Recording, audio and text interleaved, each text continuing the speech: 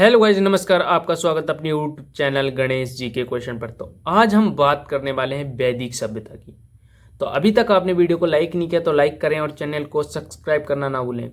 वैदिक सभ्यता से बहुत ही ज़्यादा क्वेश्चन आते हैं, तो अभी तक आपने अपने दोस्तों के पास शेयर नहीं किया तो शेयर कर दीजिए, जो भी कॉम्पिटिशन एग्जाम की तैयारी कर रहे हैं। हम हर चैप्टर वाइज क्वेश्चन करवा रहे हैं, अपना इतिहास चैप्टर वाइज करवा रहे हैं। तो बिना समय गवाए वीडियो को शुरू करते हैं। अभी तक वीडियो को लाइक नहीं किया तो लाइक करें और चैनल को सब्सक्राइब करें। वैदिक सभ्यता। वैदिक सभ्यता यानी कि वैदिक काल को दो भागों में बांटा गया है। जो वैदिक काल है उसे हम दो भागों में विभाजित करते हैं। तो नंबर 1 पर आता है ऋग्वैदिक काल, जिसका कार्यकाल 1500 से 1000 ईसा पूर्व तक रहा। कब तक रहा? ऋग्वैदिक काल का 1500 से 1000 ईसा पूर्व तक रहा। उत्तर वैदिक काल जो कि 1000 से 600 ईसा पूर्व तक रहा। अब बात करते हैं आर्यों द्वारा। आर्य द्वारा निर्मित सभ्यता यानी कि वैदिक सभ्यता थी आर्यों के द्वारा। जो वैदिक सभ्यता थी इनके द्वारा जो शुरू की गई थी।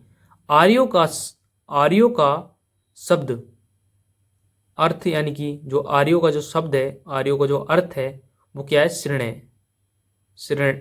श्रेष्ठ यानी कि सबसे बड़ा। आर्यों का जो अर्थ है श्रेष्ठ यानी कि बड़ा। आर्यों की भाषा कौन सी थी? तो आर्य कौन सी भाषा यानी कि जो आर्य थे, आर्यों ने निवास किया था मध्य एशिया में आकर। तो जो आर्य थे उनकी शाब्दिक भाषा थी यानी कि जो भाषा थी वहाँ के लोगों की वो संस्कृत थी। क्या थी? संस्कृत भाषा का प्रयोग करते थे वो आपस में बातचीत में। जैसे कि हम लोग अभी इस टाइम में हिंदी का प्रयोग करते हैं, उस टाइम में आर्य अपनी बोलचाल के लिए संस्कृत भाषा का प्रयोग करते थे। किस भाषा का? संस्कृत भाषा का। यह एक ग्रामीण सभ्यता थी। जो आर्यों की सभ्यता थी वो कैसी सभ्यता थी? तो वह ग्रामीण सभ्यता थी। प्रशासन की इकाई को 5 भागों में बांटा गया था। जो यानी कि वैदिक काल की जो सभ्यता थी उसमें प्रशासन की जो इकाई थी उनको कितने भागों में बांटा गया था? तो 5 भागों में। कितने भागों में? 5 भागों में बांटा गया था। नंबर 1 पर आता है कुल। नंबर 1 पर आता है कुल, ये सबसे पहली इकाई थी उस टाइम की। फिर ग्राम यानी कि गांव, फिर विस, फिर जन, फिर राष्ट्र। यानी कि जो 5 इकाइयां थी, इन्हें जो हमारे समाज था इनको 5 इकाइयों में बांटा गया था। यानी कि प्रशासन को 5 इकाइयों में बांटा गया था। सबसे पहला कुल, फिर ग्राम, फिर विस, फिर जन, फिर राष्ट्र। यानी कि ये 5 इकाइयां हो गई। ग्राम के मुखिया को ग्रामीणी कहते थे। ग्राम का जो मुखिया होता था उसे ग्रामीणी कहते थे। और विस का जो प्रधान यानी कि विसपति कहा जाता था, तथा जन के प्रधान को राजा या जनपति कहते थे। सभा एवं समिति राजा को सलाह देने वाली संस्था थी। यानी कि सभा एवं समिति राजा को सलाह देने वाली एक समिति थी जो स्त्रियों दोनों में भाग ले सकती थी। यानी कि स्त्रियां थी वो सभा एवं समिति दोनों में भाग ले सकती थी। किसमें? दोनों में भाग ले सकती थी। युद्ध के लिए ग्विष्ट शब्द का प्रयोग किया गया। यानी कि जो युद्ध के लिए किस शब्द का प्रयोग किया गया? ग्विष्ट। ऋग्वैदिक काल यानी कि अब ऋग्वैदिक काल में बात करते हैं तो ऋग्वैदिक सभ्यता, ऋग्वैदिक समाज को व्यवसाय के आधार पर 4 वर्गों में विभाजित किया गया था। यानी कि अब बात करते हैं ऋग्वैदिक काल। ऋग्वैदिक काल में व्यवसाय के आधार पर समाज को विभाजित किया गया। तो सबसे पहले आती है ब्राह्मण। ब्राह्मण का काम था लोगों के हवन करना, लोगों को पढ़ाना लिखाना, इसके बारे में उनको दिया गया। तो फिर आता है क्षत्रिय। क्षत्रिय क्या था? इनकी रक्षा करना। यानी कि इन सबकी रक्षा करना किसका काम था? क्षत्रिय का। यानी कि क्षत्रिय थे वो युद्ध के क्षेत्र में जाते थे। वैश्य वैसे ये थे जो इनका कार्य करते थे। शूद्र, शूद्र इनकी सेवा करते थे, इनकी सेवा करते थे शूद्र। शूद्रों का कार्य था समाज की सेवा करना। ऋग्वैदिक, ऋग्वैदिक समाज यानी कि ऋग्वैदिक समाज कैसा था? तो ऋग्वैदिक समाज हो गया हमारा पितृआत्मक, यानी कि इसमें हमारे जो पिताजी थे वो हमारे घर के मुखिया होने लगे। और जो हड़प्पा सभ्यता यानी कि सिंधु सभ्यता थी उसमें मित्र सत आत्मक थी, यानी कि उसकी घर की मुखिया माता जी होती थी। लेकिन ऋग्वैदिक कार्यकाल आते आते घर के मुखिया कौन बन गए? पिताजी।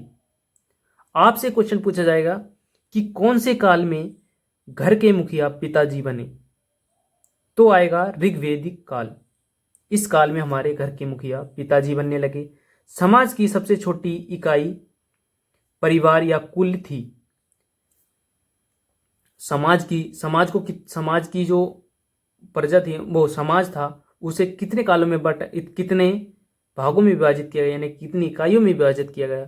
तो 5 इकाइयों में, कुल, ग्राम, विष, जन, राष्ट्र, यानी कि जो 5 इकाइयां थी।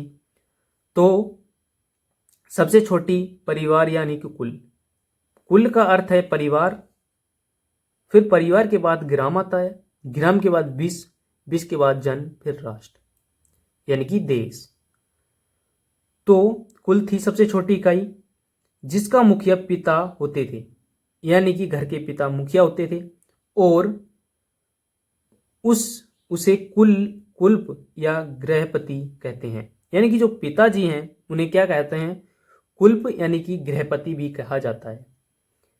जीवन भर अविवाहित रहने वाली महिला, यानी कि जो पूरे जिंदगी, अपने पूरे जीवन, जैसे कि हमारी माननीय मुख्यमंत्री जो उत्तर प्रदेश की हैं, पूर्व मुख्यमंत्री, वो उन्होंने अभी तक शादी नहीं की है, तो वो अविवाहित हैं, यानी कि अभी तक उन्होंने पूरे जीवन भर ब्याह नहीं किया है, तो वे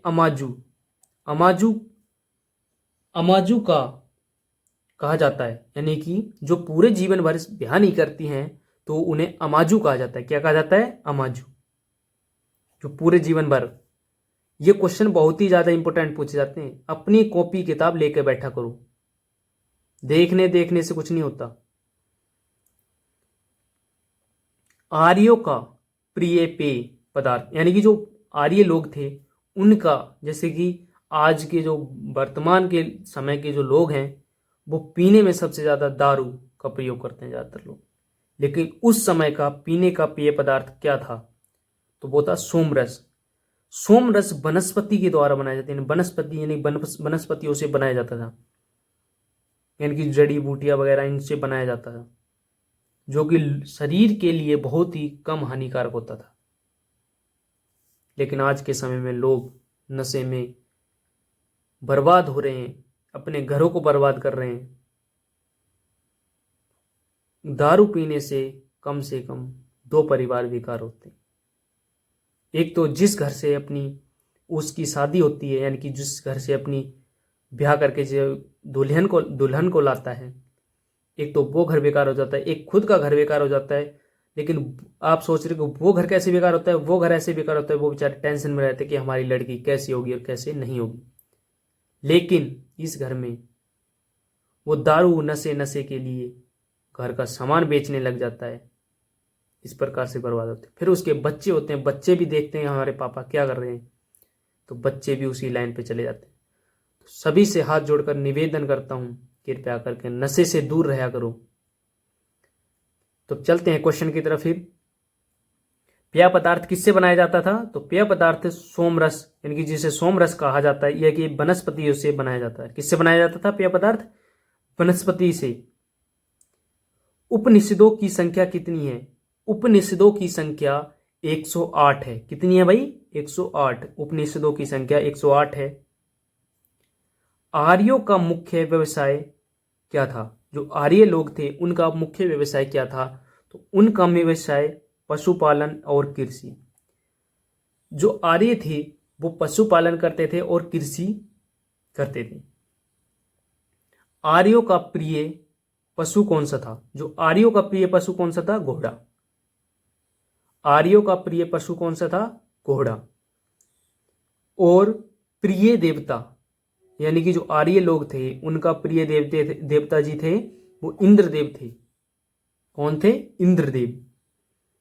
गाय की हत्या करने वालों के लिए मृत्युदंड देश से निकालने का प्रबंध था।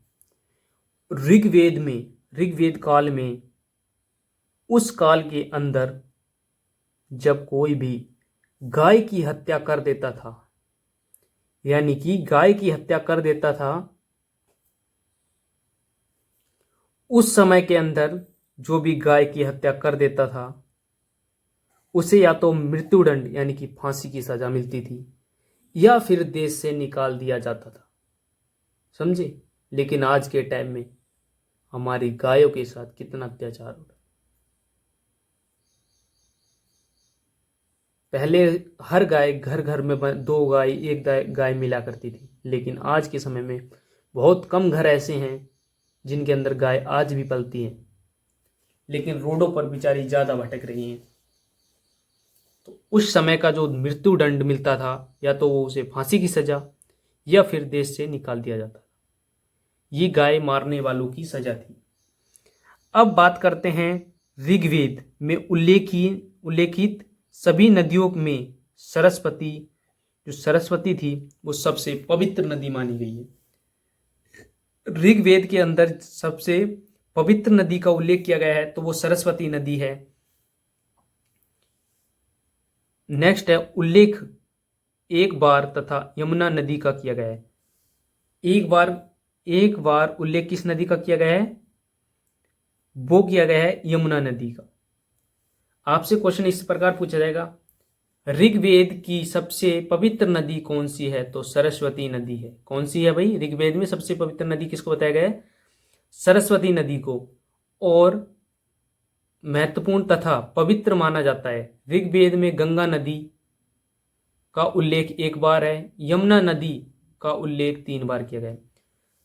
आपसे क्वेश्चन ऐसे पूछा जाएगा कि ऋग्वेद में गंगा नदी का उल्लेख कितनी बार किया गया है? तो ऋग्वेद में गंगा नदी का उल्लेख 1 बार किया गया है और यमुना नदी का उल्लेख 3 बार किया गया है। कितनी बार भाई? 3 बार। 3 बार किया गया है। इसमें सिंधु नदी का उल्लेख सबसे अधिक बार किया गया है। अब पूछा जाएगा ऋग्वेद में सबसे अधिक बार किस नदी का भाई प्रयोग किया गया है? ऋग्वेद में सबसे अधिक बार सिंधु नदी का प्रयोग किया गया भाई। किसका किया गया है? सिंधु नदी। समझे? सिंधु नदी का प्रयोग सबसे अधिक बार किया गया है भाई। अब बात करते हैं हम उत्तर वैदिक काल। अब हम किसकी बात करने वाले हैं? उत्तर वैदिक काल। उत्तर वैदिक काल कब से कब तक चला? इसका कार्यकाल कब से कब तक रहा भाई? तो इसका कार्यकाल 1000 से 600 ईसा पूर्व तक रहा। कब तक? 1000 से 600 ईसा पूर्व। कब तक रहा भाई? 1000 से 600 ईसा पूर्व तक रहा। तो उत्तर वैदिक काल में इंद्र के साथ यानी कि इंद्र के स्थान पर प्रजापति देवता का सबसे अधिक प्रिय हो गया भाई। ऋग्वेदिक काल में सबसे प्रिय देवता कौन थे भाई? इंद्रदेव। अब इंद्रदेव को भी यहां बदल दिया भाई। अब आगे उत्तर वैदिक काल में भाई। उत्तर वैदिक काल में भाई सबसे प्रिय देवता बना दिए प्रजापति। बदल डाला ना भाई। बताओ सिंधु सभ्यता में घर की जो मुखिया होती थी वो कौन होती थी भाई? वो माता जी होती थी। लेकिन ऋग्वेदिक काल में कौन बना दिए? पिताजी। अब उसी प्रकार ऋग्वेदिक काल में सबसे प्रिय देवता थे इंद्रदेव जी, अब बना दिए प्रजापति। बदल दिए भाई, मर्जी है बदलो। सत्यम जयते यानी कि जो सत्यम जयते आपने देखा होगा, जो हमारे सत्यम जयते जो पुलिस वालों की, उसके नीचे लिखा होता है, तिरंगे पे भी लिखा होता है सत्यम जयते, और जो अशोक स्तंभ है उसके नीचे भी लिखा जाता है सत्यम जयते। तो ये मुंड कोप निषद, मुंड कोप निषद से लिया गया है। कहां से लिया गया है? मुंड कोप निषद से लिया गया है। उत्तर वैदिक काल में महाकाव्य की संख्या 2 थी। कितनी थी भाई? महाकाव्यों की संख्या 2। उत्तर वैदिक में दो महाकाव्य लिखे गए थे। एक तो महाभारत, ये थोड़ा कटा हुआ है, एक तो महाभारत, एक रामायण। ये 2 महाकाव्य लिखे गए भाई। आपसे क्वेश्चन इस प्रकार से पूछा जाएगा कि उत्तर वैदिक काल में महाकाव्यों की संख्या कितनी थी और वे महाकाव्य कौन कौन से थे भाई? तो कितनी थी भाई? 2 थी। और कौन कौन से थे भाई? एक तो महाभारत थी और एक रामायण थी। आपसे पूछा जाएगा भी महाभारत किसने लिखी? तो ऋषभदेव ने। और रामायण किसने लिखी? तो वाल्मीकि जी ने। किसने लिखी रामायण भाई? वाल्मीकि जी ने।